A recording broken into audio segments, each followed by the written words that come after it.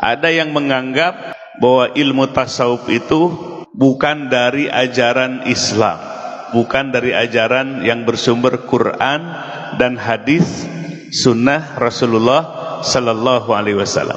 Ini kekeliruan yang harus diluruskan. Apa yang menjadi argumentasi atau dalilnya?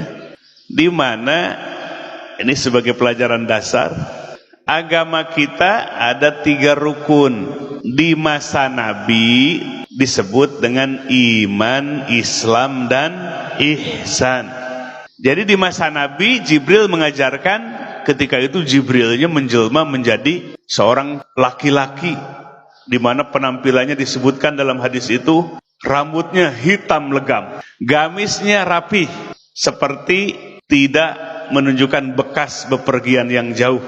Nah, Jibril mengajarkan iman, Islam, ihsan. Iman artinya tentang keyakinan-keyakinan, keimanan-keimanan.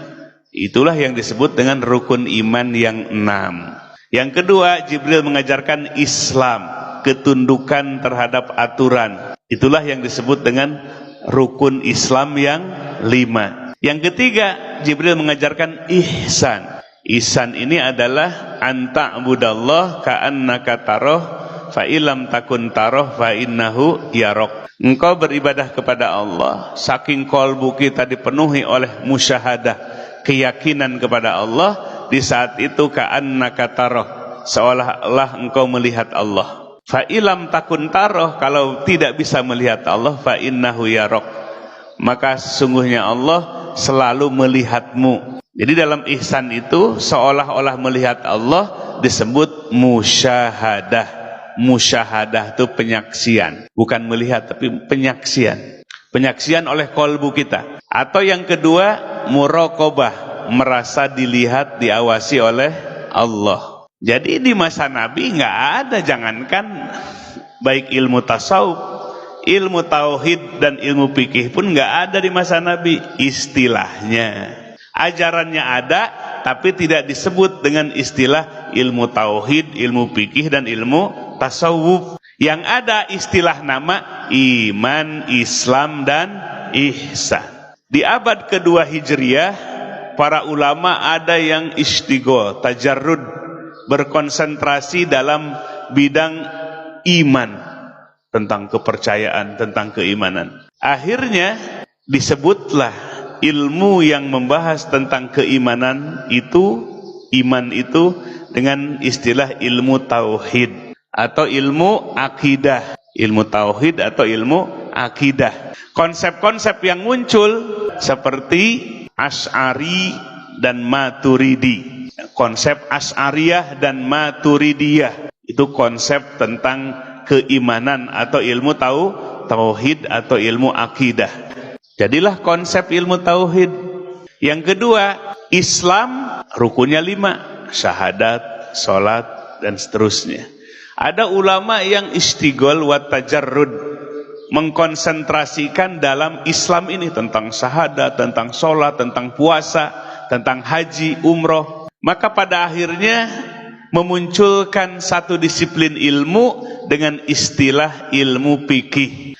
Muncullah di abad kedua Hijriah namanya madhab fikih. Madhab fikih itu banyak, hampir kurang lebih 17 madhab. 17 madhab. Tapi yang sampai bertahan sampai hari ini hanya 4 madhab. Yang lainnya tidak ada pengikutnya, atau sedikit sekali pengikutnya. Tapi yang banyak hanya 4 madhab. Pertama madhab apa? Hanafi. Yang kedua Maliki. Yang ketiga Syafi'i. Yang ketiga Hambali. Bertahan semenjak 2 Hijriah sampai sekarang. Madhab Syafi'i berkembang di Asia Tenggara, termasuk Indonesia, Malaysia, Singapura, Thailand Selatan, di Mesir. Madhab Maliki banyakkan di Afrika, di Maroko, di Algeria, Aljazair, sampai ke Libya. Tuh, itu madhab apa? Maliki. Madhab Hanafi banyak berkembang di Pakistan, di Turki. Kemudian madhab Hambali berkembang di Saudi dan di negeri Syam, atau Suriah dan yang lain-lainnya. Lalu yang ketiga, ada ulama yang konsentrasi, yang spesifik mengkaji tentang ihsan. Ihsan itu urusan kolbu, bagaimana supaya bisa musyahadah, menyaksi kepada Allah, atau muraqabah, bagaimana rasa supaya kolbu kita merasa diawasi oleh Allah. Ihsan itu domainnya, ranahnya, wilayahnya kolbu. Bagaimana supaya kolbu kita pertama musyahadah, menyaksi kepada Allah, atau yang kedua muraqabah, merasa diawasi oleh Allah. Siapa yang tahu kolbu orang? Ya, ini berdekat-dekatan duduk, tahu nggak isi kolbunya kemana? Tahu nggak?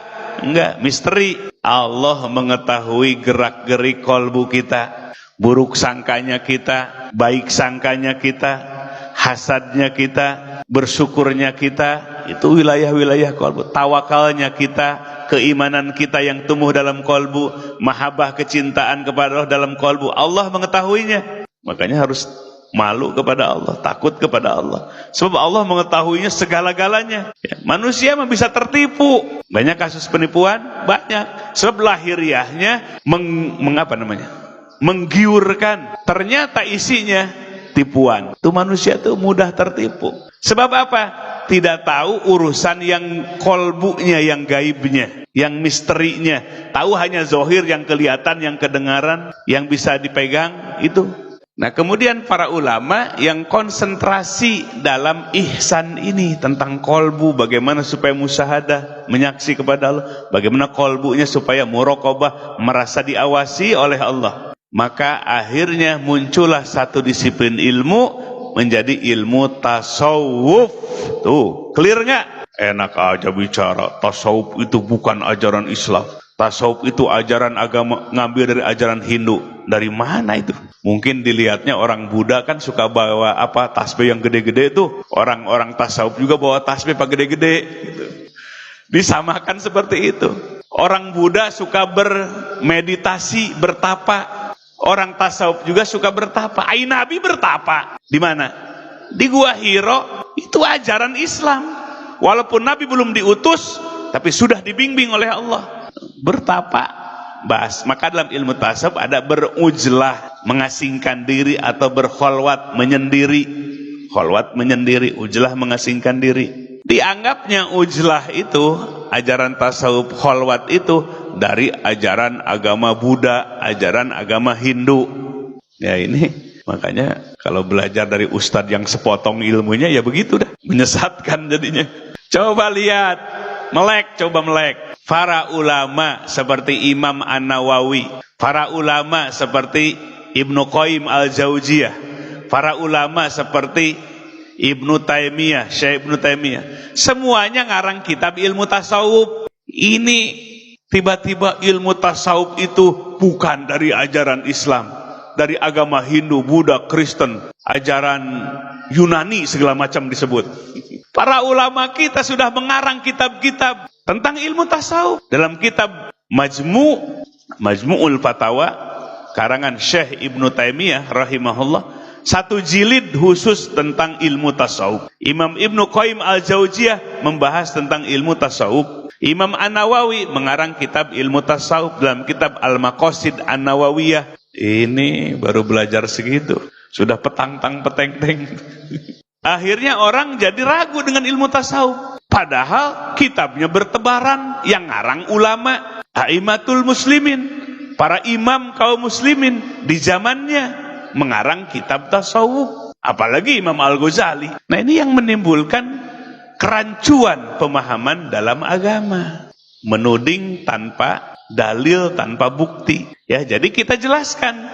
Sama ilmu tauhid pun nggak ada nama ilmu tauhid di zaman Nabi. Nggak ada ilmu fikih di zaman Nabi.